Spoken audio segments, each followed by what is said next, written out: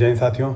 और उम्मीद है कि आपने यूपी पीसीएस का प्रीलिम्स पेपर देख लिया होगा और अब तक ये भी आइडिया लगा रहा होगा कि हल्ला मचना शुरू हो गया होगा कि पेपर एकदम अलग आ गया था या पेपर एकदम इजी आ गया था। कुछ लोग जो हर बार बोलते बहुत इजी आ गया था, कुछ लोग अभी वही कारनामा फिर से शुरू कर देंगे कि हाँ घटना चक्र से इतने प्रश्न आते थे, इस बार भी इतने प्रश्न आए। कुछ लोग दावा करेंगे कि पूरा पेपर ही घटना चक्र बेस्ड था, कुछ दावा करेंगे कि ये सब दावे पे दावे वाला काम अब शुरू हो जाएगा। मेरी जो एनालिसिस है पेपर को लेके मैं आप लोगों से शेयर करूंगा। मैंने कुछ चीज़ें नोट भी की हैं प्रॉपर कि मुझे देख के पेपर कैसा लगा। अच्छी बात थी कि आज संडे थी और मेरी छुट्टी थी, तो मुझे समय मिला कि मैंने पेपर को काफ़ी टाइम दे के देखा कि किस प्रकार के प्रश्न आए थे, क्या नहीं आया था और कैसा था। बेसिकली मैंने भी इसको एनालिसिस की है, थोड़ी बहुत अपनी एनालिसिस। तो मुझे अगर मैं वही कहता हूँ कि जब मैं फील करता हूँ कि एग्ज़ाम हॉल में पेपर मुझे देने जाना है, एग्ज़ाम हॉल का मेरे ऊपर प्रेशर है, तब ये पेपर मुझे बहुत ही लेंदी और टफ भी लगता है। वाकई में शायद मुझे मुश्किल होती 150 क्वेश्चन अटेम्प्ट करने में।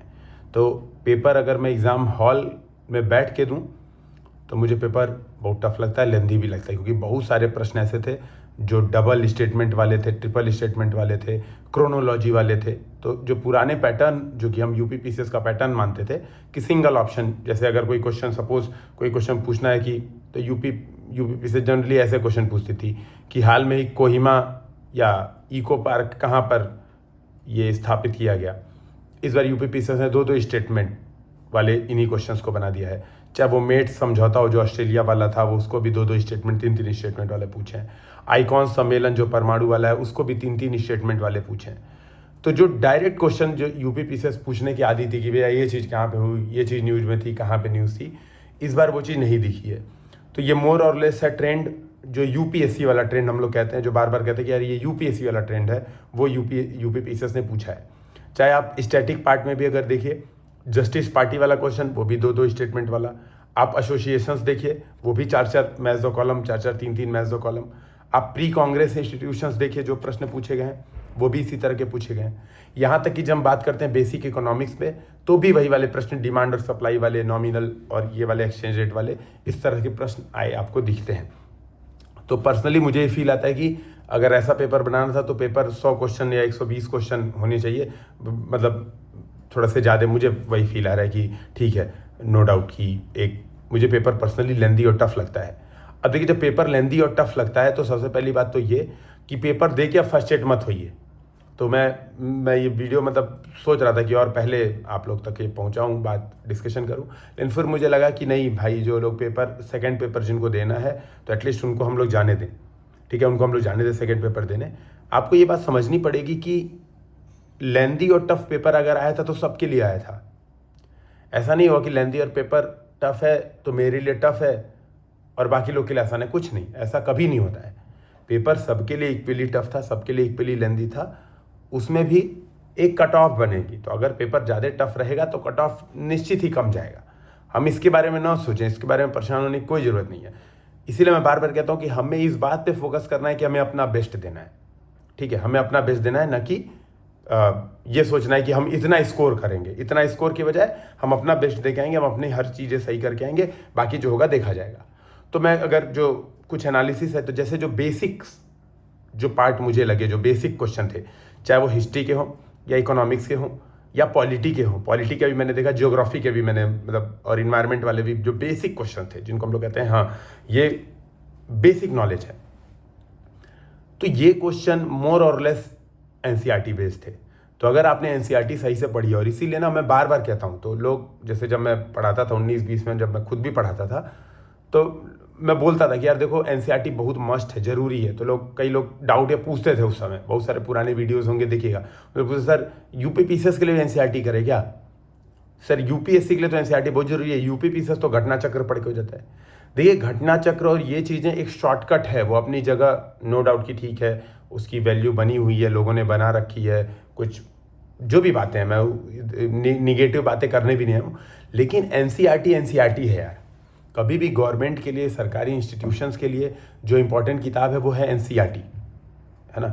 कोई भी आयोग घटना चक्र को मान्य किताब नहीं मानेगा। आयोग किताब मानेगा वो एनसीईआरटी को मानेगा।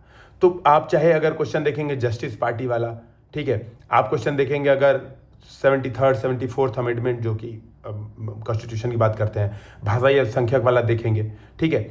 आप ज्योग्राफी के अगर क्वेश्चन देखें प्रॉपर भूमध्य सागरीय जलवायु वाले, जूट वाले, पर्वतों वाले कि इन पर्वतों को ऐसे ऑर्डर में लगाइए, ठीक है। दर्रों वाले देखेंगे, इंपॉर्टेंट दर्रे जो पूछे हैं, जो नदियां पूछी हैं कौन सी दिशा वाली है।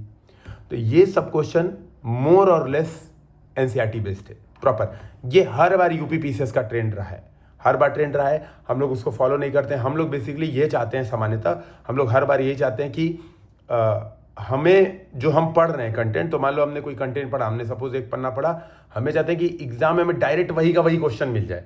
तो अगर हमने पढ़ा, मान लो कि हम एक क्वेश्चन मान लो हमने पढ़ा कि 73वां संविधान संशोधन किससे संबंधित है, और उसका आंसर है कि स्थानीय स्वशासन ये वो, तो हमारे अंदर ये मन नहीं करता है, कभी भी ये जानने की इच्छा नहीं होती है कि नहीं यार हम एक बार देखें कि 73वां संविधान संशोधन अगर इससे रिलेटेड है तो 74वां क्या है, 72वां भी देख लेते हैं किस चीज़ से रिलेटेड है, क्या होता है, स्थानीय स्वशासन क्या होते हैं। हम ये चीज़ जानने के इच्छुक नहीं रहते हैं। हमें लगता है कि हमने 73वां रटा, एग्जाम में एग्जैक्ट 73वां पूछे, एग्जाम में 74 ना पूछे, ना 84 पूछे, ना 82 पूछे। एग्जाम में पूछ रहा है तो सीधे 73 पूछो, वरना मत पूछो। तो ये वाली अप्रोच बड़ी घातक अप्रोच है। जो लोग बार बार बोलते थे घटना चक्र घटना चक्र घटना चक्र, 60 क्वेश्चन आते हैं, 65 आते हैं, वो अभी गिनवा भी देंगे, मुझे पता है। और मैं इस डिबेट में पढ़ना भी नहीं चाहता हूँ भाई, सीधी बात हो सकता है मेरे अंदर नॉलेज कम हो, ज्ञान कम हो, एक्सपीरियंस कम हो, मैं इस बात को पूरी तरह से एक्सेप्ट करता हूँ। लेकिन जो मुझे पेपर देख के फील आती है, जब मैं भी पेपर देता था और उस समय भी मुझे यही फील आती थी कि अगर आपने बेसिक्स एनसीईआरटी बेस्ड पढ़ाई स्टार्ट की है, ये पढ़ाई की है, तो ये सारे क्वेश्चन आप इजीली टैकल कर सकते हो। मैं फिर भी कहूँगा टैकल कर सकते हो, क्योंकि मैं इस बात के सख्त हमेशा खिलाफ रहा हूँ कि क्वेश्चन देखा वही रटा रटाया मिल गया। कभी भी नहीं। आप एडमिनिस्ट्रेशन में जाओगे, जब आप सरकार के अधीन सेवक बन जाओगे, तब भी आपको रटा रटाए चीज़ें नहीं मिलेंगी, आपको स्पून फीडिंग कहीं नहीं हो सकती। तो मेरे हिसाब से यही बेसिक बेस था जो स्टैटिक पोर्शन है। कुछ क्वेश्चन जो यूपी पीसीएस हमेशा पूछता आया है, उसने फिर से ये पैटर्न जारी रखा है। और जब मैं पुराने एनालिसिस बताता था तब भी ये बात शेयर करता था कि जैसे आप देखोगे एसडीजी बेस्ड क्वेश्चन हुए, विटामिन, बार बार हर वीडियो में बोलता था कि देखो vitamin A B C D ऐसे याद करो, ये सब क्या होता है, कौन से रोग होते हैं, जो क्विजेस कराए थे उसमें डिस्कशन भी किए थे, ठीक है। तो ये यूपी पीसीएस हर बार पूछता है, इस बार भी पूछा, उस पैटर्न पे जारी रहा। लेकिन इस बार क्वेश्चन पूछने के तरीके में चेंज देखने को मिला। तो इस बार क्या कर रहा है, वही चीज को, जैसे पहले डेट्स पूछता था कि भैया ये वाला विश्व तंबाकू दिवस कब मनाया जाता, पहले इसे डेट पूछता था। इस बार क्या किया, आपकी नॉलेज चेक करने के लिए, आपको थोड़ा स्ट्रेंथ चेक करने के लिए यूपी पीसीएस ने क्या किया, 4-5 डेट दे दिया, बोला इसको क्रोनोलॉजी में लगाओ। तो इस बार यूपी पीसीएस ने इसको लेंदी बनाने के लिए, इसको टफ बनाने के लिए इस प्रकार के क्वेश्चंस बनाए, ठीक है। तो क्रोनोलॉजी वाले प्रश्न बना दिए। इसी तरह से हम बात करते हैं, जो नेक्स्ट हमारा टॉपिक है करंट अफेयर्स। करंट अफेयर्स में क्या, तो करंट अफेयर्स तो मुझे बिल्कुल जमीन आसमान का चेंज देखने मिला। पहले डायरेक्ट पूछा था कि भैया लता मंगेशकर पुरस्कार निम्नलिखित में से किसको मिला है, तो ऑप्शन हम खोज के, ठीक है, अमिताभ बच्चन, सचिन तेंदुलकर, में जो समझ में हमने टिक मार दिया। अभी क्या है, अभी इसको मैच द कॉलम पे लेके गए, ठीक है। आप देखोगे जो नक्सल ऑपरेशन है, प्रवाह ऐप है, ये तरीके के जो प्रश्न है, ये पहली बार यूपी पीसीएस पूछ रहा है कि गढ़चिरौली में नक्सल ऑपरेशन हुआ, बीएसएफ थी कि नहीं थी। तो मैंने वही कहा कि एप्टीट्यूड पे फोकस करा है कि यार बीएसएफ क्या अंदर जाती है, सर्विस देती है। ये सब सोचने वाले जो क्वेश्चंस हैं, ये यूपी पीसीएस अब पूछना स्टार्ट किया है इस बार। और मुझे लगता है कि ये पैटर्न बने रहना चाहिए, क्योंकि बहुत शानदार पैटर्न है, सोच पे जोर देता है, न कि रटने। पहले क्या था, सीधे रट के जाते थे, मिस यूनिवर्स इनको मिला, मिस युगांडा इसको मिला, इसको ये मिला, फलान ढेकान, सब current affairs one liner single liner रट के जाते थे। अभी ये चीज़ चेंज मिली है और बहुत ही शानदार ये चेंज है। आप फिर मैं वही कहूँगा, आप चाहे मैथ्स वाला क्वेश्चन देख लो, 3-4 स्टेटमेंट वाले, आइकॉन सम्मेलन वाला देख लो, 3-4 स्टेटमेंट वाले, तो करंट अफेयर्स पूछने का तरीका यूपी पीसीएस ने चेंज किया है, जो कि बहुत ही काबिले तारीफ है। और आपके दिमाग को चैलेंज करने वाले ये क्वेश्चंस है, दिमाग को चैलेंज करने वाले क्वेश्चंस है। तो ये एक ओवरऑल, अगर मैं व्यू देख के मैं इस पेपर की बात करूं कि अगर मैं पेपर सॉल्व करता तो मैं क्या करता, तो मैं पर्सनली जो क्रोनोलॉजी वाले क्वेश्चंस हैं, जो खास तौर पे करंट अफेयर्स बेस्ड या जिसमें जैसे वही डेट्स वाले क्वेश्चन, मैं पर्सनली उनको छोड़ के स्टार्टिंग में आगे बढ़ता। मैं उन पे समय अपना बिल्कुल नहीं खपाता, मैं पहले आगे बढ़ता, उन क्वेश्चंस को पिक करता जो तुरंत देख देख के सॉल्व हो रहे हैं। जैसे वही कि 73वां 74वां संविधान संशोधन, HDI में कौन कौन से एलिमेंट्स हैं, जो मुझे एकदम मतलब मेरे लिए एकदम ईजी है। सेकंड नंबर पे मैं उन वाले क्वेश्चंस को देखता है जिसमें मुझे थोड़ा सोचना पड़ रहा है कि जैसे लोक सेवा आयोग के क्या काम है या उसको अपनी शक्तियाँ कहाँ से मिलती हैं, वो 4 ऑप्शन दे रखे हैं, वही कंफ्यूजिंग वाले जैसा यूपीएससी बनाता है वही वाले, तो मैं इन पे थोड़ा समय देता। लास्ट में थर्ड वाले टाइम पे मैं ये क्रोनोलॉजी वाले क्वेश्चंस करता, क्योंकि इसमें depth of knowledge, depth of understanding चाहिए, तो मैं इस तरह से पेपर अटेम्प्ट करता। सजेशन रहेगा जो मेरा, जो अगले साल जो लोग तैयारी कर रहे हैं या जो लोग इस बार दे के आ रहे हैं पेपर, तो सबसे पहले अगले साल वालों के सजेशन मैं ये कहूँगा, देखो यार अभी बहुत समय है, अभी भी सचेत हो जाओ। तो बेसिक्स के लिए घटना चक्र के भरोसे रहना बंद कर दो। ठीक है, घटना चक्र रिवीजन के लिए कर लेना, कोई आपसे किसी ने बोला है कि नहीं घटना चक्र पढ़ना है, ये ठीक है पढ़ लेना, लेकिन घटना चक्र के भरोसे रहने वाला अब समय चला गया है, उसके भरोसे मत रहिए। एनसीईआरटी एक बार जरूर रीड करिए, 3-4 महीने लगेंगे। अगर आपने अभी भी नहीं पढ़ा है तो मार्च तक, फरवरी तक एनसीईआरटी कंप्लीट कर सकते हो। इसको बहुत ज़रूरी है, बहुत ही शानदार बेसिक कॉन्सेप्ट, बेसिक अंडरस्टैंडिंग, चाहे वो गुरनार मिल्डर वाला मॉडल हो, जो भी बहुत सारी चीज़ें आप देखोगे, ज्योग्राफी के, इकोनॉमिक्स के, हिस्ट्री के, पॉलिटी के, जितने बेसिक्स क्वेश्चंस हैं, ठीक है, इवन जो इन्वायरमेंट के बेसिक्स क्वेश्चन है वो सारे एनसीईआरटी बेस्ड क्वेश्चन है, वो मतलब आराम से आप उसको कर सकते हो। ठीक है, दूसरा जो मेरा सजेशन रहेगा करंट अफेयर्स के लिए, मैं बार बार यही कहता था, तो लोग कहते सर यूपी पीसीएस के लिए हम ये वाली मैगजीन क्यों करें। मैं उस समय मैगजीन्स बताता था कि ये वाली मैगजीन ऐसे ऐसे पढ़नी है, वो डेप्थ वाली जो मैगजीन है जिसमें थोड़ा डिटेल में दिया होता है। सर यूपी पीसीएस के लिए, सर यूपी पीसीएस में सिंगल लाइनर आता है, यही सब देखते हुए कहता था, क्योंकि मेरा आज तक एक भी बार प्रीलिम्स नहीं रुका, कभी नहीं रुका, ना यूपीएससी का ना यूपी पीसीएस का, कभी प्रीलिम्स नहीं रुका। तो कहीं ना कहीं यार वो एक अंडरस्टैंडिंग आपके अंदर चाहिए होती है। आयोग चाहता है कि आप थोड़ा अंडरस्टैंडिंग रखो चीज़ों को इस प्रकार से मत बिहेव करो कि नहीं हमें रट के जाएंगे, हम पेपर सॉल्व करके आएंगे। तो मैं बार बार कहता था कि ठीक है, एक विजन की मैगजीन कर लो और लास्ट में घटना चक्र कर लो, यूपीएससी हिंदी वाली जो सिंगल मंथ की मैगजीन आती है वो कर लो। ये सब चीज़ें होती है लास्ट महीने में करने वाली, लेकिन एक आपको रेगुलर जो पढ़ाई होती है उसका कोई सब्स्टिट्यूशन नहीं है, उसका कोई उपाय नहीं है। तो एक मैगजीन आपको प्रॉपर फॉलो करनी चाहिए, वो इस बार के पेपर में भी देख के आपको दिखेगा। तो तीसरा और लास्ट सजेशन है कि देखो भाई, प्रैक्टिस का कोई सब्स्टिट्यूट नहीं है। 2 घंटे में ऐसा लेंदी पेपर आपको अटेम्प्ट करना है, अचानक से एग्जाम में अटेम्प्ट करोगे तो फेल होने के चांसेस ज़्यादा हैं, वहाँ पे चोक कर जाने के चांसेस ज़्यादा है। नो डाउट कि सबके लिए चांसेस वही हैं, वहाँ पे जो पेशेंस बना के रखेगा, जो फोकस बना के रखेगा, जो पैनिक नहीं होगा, नो डाउट कि उसके सफलता के चांसेस ज़्यादा हैं। लेकिन अगर आप घर पे प्रैक्टिस करके जा रहे हो कि ऐसी क्वेश्चन वाली प्रैक्टिस, अब जिसने सोचे यूपीएससी की तैयारी जिसने की होगी मन लगा के, थोड़ा सीरियस होकर यूपीएससी का पेपर दिया होगा, तो उसके लिए आज का पेपर बहुत टफ नहीं होगा, उसके लिए आज का पेपर माइल्ड होगा कि ठीक है यार ये चीज़ें तो अब करने आता था, हमारे अंदर एप्टीट्यूड है कि दे रखा है कि नॉमिनल एक्सचेंज रेट पूछ रहा है कि फ्लेक्सिबल एक्सचेंज रेट पूछ रहा है। अच्छा, फ्लेक्सिबल और फिक्स्ड में क्या अंतर होता है? फ्लेक्सिबल वेरी करता है कि फिक्स्ड वेरी करता है? इंडिया में कौन सा सिस्टम है? तो लोगों ने क्या किया, जो यूपीएससी की तैयारी करते होंगे उनको ये बेसिक की समझ होगी, तो उनके लिए पेपर बहुत सही वाला है और वो प्रैक्टिस बेस्ड है। तो अगर आपने प्रैक्टिस की होगी तो आपको इसमें बहुत ज़्यादा प्रॉब्लम नहीं आएगी।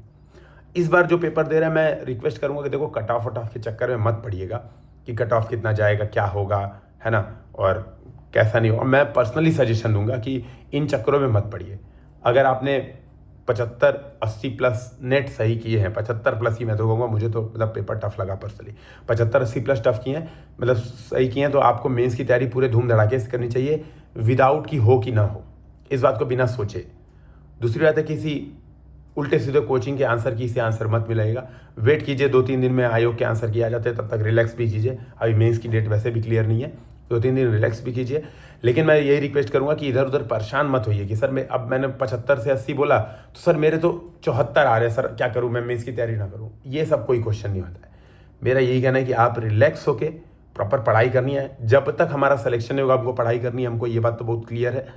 तो बेहतर है कि इन चीज़ों में फर्स्ट एड मत होइएगा। जो लोग यूपीपीएससी का पेपर दे रहे हैं, आपने 1 साल के लगभग वेट किया है, लगभग आपने 9 महीने वेट किया है पेपर के लिए, तो बेहतर है इस पेपर को एंजॉय कीजिए। जैसा भी आया है, टफ था, इजी था, विदाउट इस बात की बहुत ज़्यादा चिंता किए हुए, विदाउट इस बात पे परेशान हुए अपना बेस्ट देने के लिए खुद को तैयार कीजिए। मेंस की तैयारी स्टार्ट कीजिए, फोकस होकर लगिए, प्रॉपर आंसर राइटिंग स्टार्ट कीजिए, 2-3 दिन ब्रेक लेके प्रॉपर। ठीक है, तो हम ये सब डिस्कशन करेंगे। मैं आपसे कोशिश करूंगा, अगर मुझे समय मिलता है तो मैं आपसे 1-to-1 भी बातचीत करूंगा। और बहुत बहुत शुभकामनाएं सभी को। और बहुत बढ़िया पेपर था, मतलब अच्छा लगा काफ़ी कि पैटर्न बहुत सही चेंज हो रहा है और आयोग एक्टिव है कि हम रटने वाले लोगों को निकालें। आयोग इस बात के लिए बहुत ही ज़्यादा मतलब सराहनीय प्रयास कर रहा है कि हम रटने हुए जो लोग घटना चक्र रट के जाते थे उनको बाहर किया जाए कहीं ना कहीं, बिल्कुल, कि वो लोग एडमिनिस्ट्रेशन में भी यही सोचेंगे कि हम तो रट के हैं। और वो जितने सारे लोग थे जो बोलते रहते थे कि भैया देखो 60-65 क्वेश्चन घटना चक्र के, 25 क्वेश्चन 30 क्वेश्चन करंट अफेयर्स के, तो हमारा तो यही टारगेट है, हम तो ऐसे करके प्री फोड़ के आ जाएंगे। और मेरे लाख समझाने के बावजूद आप लोग उन्हीं को फॉलो करते थे, नहीं मानते थे। तो आपको अभी लगेगा कि नहीं नहीं, कहीं ना कहीं जो प्रीलिम्स क्वालिफाई हो रहा है बार बार, जो यूपीएससी यूपीपीसीएस बार बार क्वालिफाई हो रहा है, जो फाइनल सिलेक्शन लिस्ट में आ रहा है, कहीं ना कहीं उसके अंदर कुछ तो चीज़ों को देखने समझने की क्षमता होगी, तभी वो ऐसी बातें बोलता है। तो मेरा ये व्यू था। फिर मिलते हैं। जय हिंद, जय भारत।